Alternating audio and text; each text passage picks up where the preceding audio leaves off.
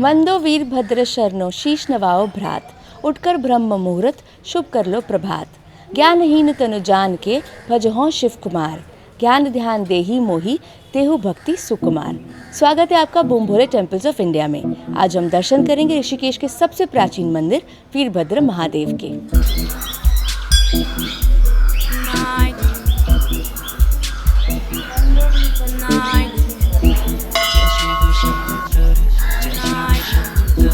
जय शिव शंकर जय शिव शंकर हरि जय शिव शंकर जय शिव शंकर जय शिव शंकर हरि जय शिव शंकर परमेश्वर जय शिव शंकर हरि ओम नमो शिवाय ओम नमो शिवाय ओम नमो शिवाय ओम नमो शिवाय।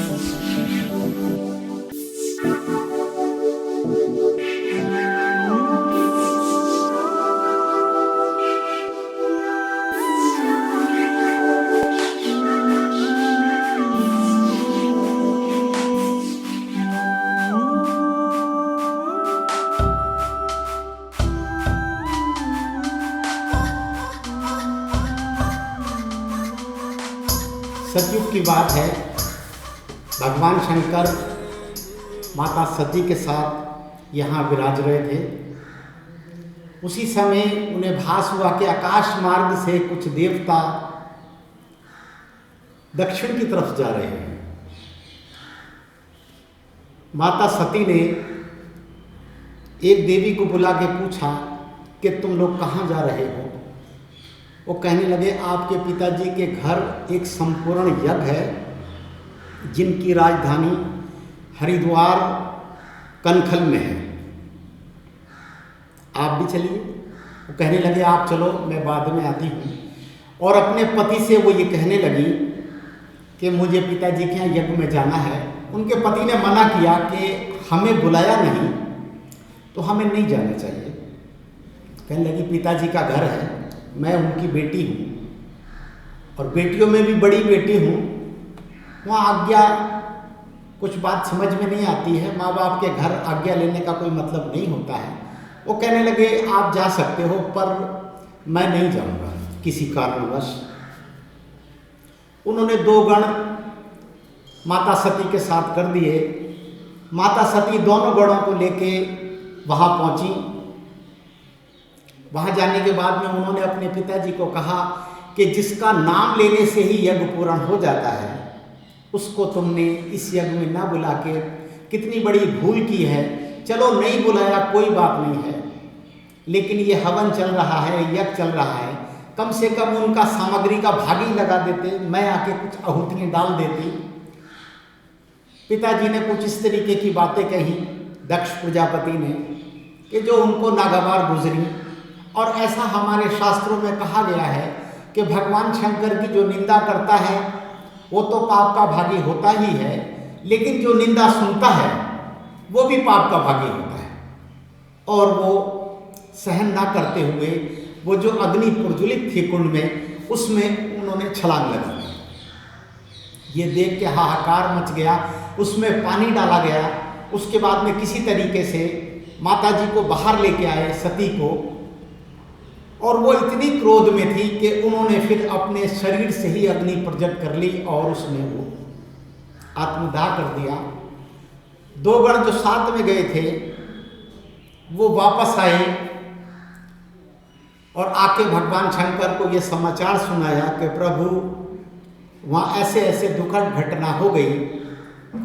भगवान शंकर ने क्रोध में अपनी जटाओं के द्वारा वीरभद्र जी की उत्पत्ति की। ऐसा सुनते हैं कि वो 12वें रुद्र हैं। रुद्र का मतलब मैं जिसकी उत्पत्ति कर रहा हूं ये मेरे ही जैसा है। उनको आज्ञा दी, ये उनके विशेष गणों में आते हैं। उनको ये आज्ञा दी कि आप जाओ और दक्ष प्रजापति का यज्ञ विध्वंस करो। वो वहाँ पहुँचे तो वहाँ बहुत बड़े बड़े ऋषि मौजूद थे, ब्रह्मा जी भी थे, विष्णु भी थे। और जाके इन्होंने जो भगवान ने आज्ञा दी थी वो वहाँ करना शुरू कर दिया। इनके करने से भगवान विष्णु जैसे ही अपने चक्र को उन्होंने आज्ञा दी, इससे पहले एक आकाशवाणी हुई, खबरदार खबरदार ये मैं ही हूँ, कोई और नहीं। तो वो लोग अंतर्ध्यान हो गए और उन्होंने जो मारकाट वहाँ मचाई, सारा यज्ञ विध्वंस कर दिया। उसके बाद में दक्ष प्रजापति भी मारे गए, उनकी बहुत सारी सेना भी मारी गई, कुछ ऐसे भी तत्व मारे गए कि जिनसे ये सृष्टि चलती है। वहाँ से आके वीरभद्र जी ने ये समाचार सुनाया कि प्रभु जैसे आपने कहा था वैसे ही मैंने कर दिया, पर मेरे हाथों एक छोटा अपराध हो गया। दक्ष प्रजापति जो इस प्रजा के पालक हैं, धोखे से उनके ऊपर भी वार हो गया और उनकी गर्दन भी कट गई और वो जो अग्नि प्रज्वलित थी उसमें चली गई। बोले कोई बात नहीं, जो हुआ वो ठीक हुआ। उन्होंने ये कह के उनको आलिंगन कर लिया, गले मिल गए। इसीलिए इस मंदिर का नाम वीरभद्र महादेव पड़ा।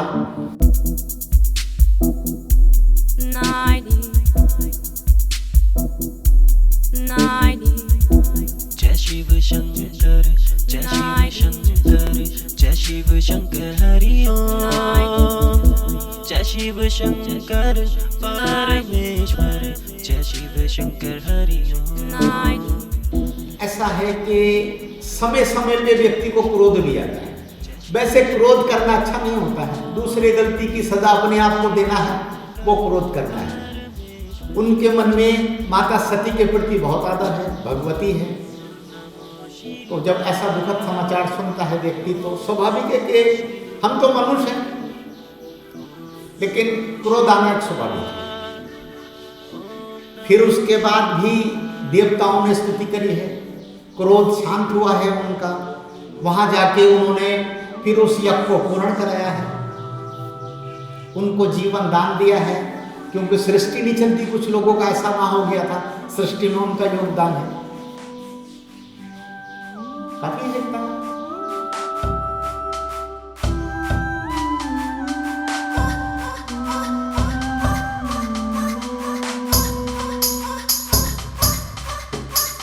ओम भूर्भुवस्वः तत्सवितुर्वरेण्यं भर्गो देवस्य धीमहि। ये शिवलिंग दो पार्टीशन में है। 60% में भगवान शंकर हैं, 40% में वीरभद्र जी हैं। तो दोनों का पूजन यहाँ होता है। वीरभद्र महादेव दोनों का नाम आता है, इसलिए यहाँ पर दोनों का पूजन होता है।